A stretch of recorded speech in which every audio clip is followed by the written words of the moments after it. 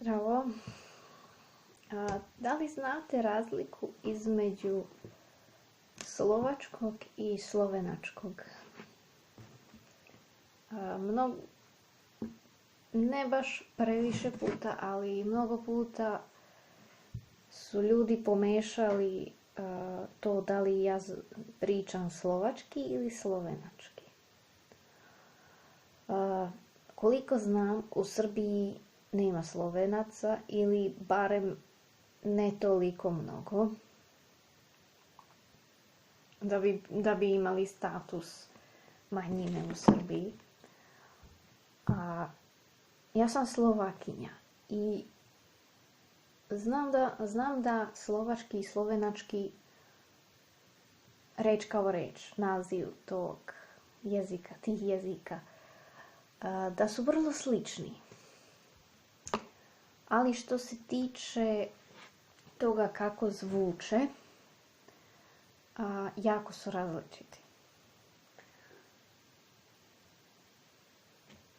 Ja znam slovački, znam srpski, znam poljski, engleski. Slovenački ne pričam uopšte, ne znam slovenački, ali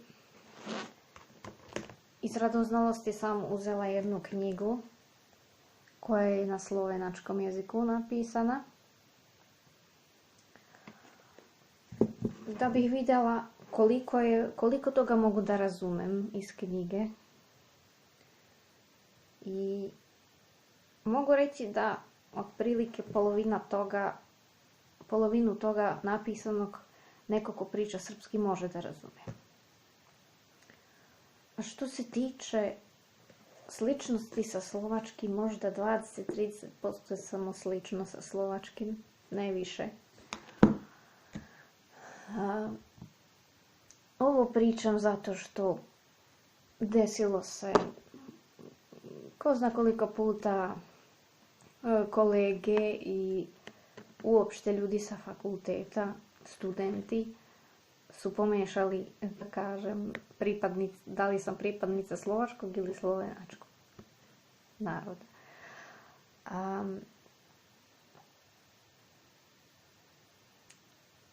Pretpostavljam da mnogo njih uopšte nisu bili ni izloženi tim jezicima, da možda nikad nisu ni čuli kako ti jezici zvuče, ni možda nekad jesu bili u Slovačkoj. Zanimljiva je Slovačka što se tiče, ima mnogo zamkova i sve to.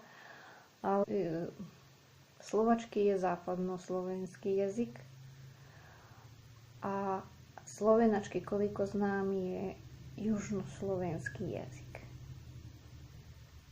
I zato je sasvim normalno da će slovenački biti bliži srpskom nego slovačkom, poljskom, češkom.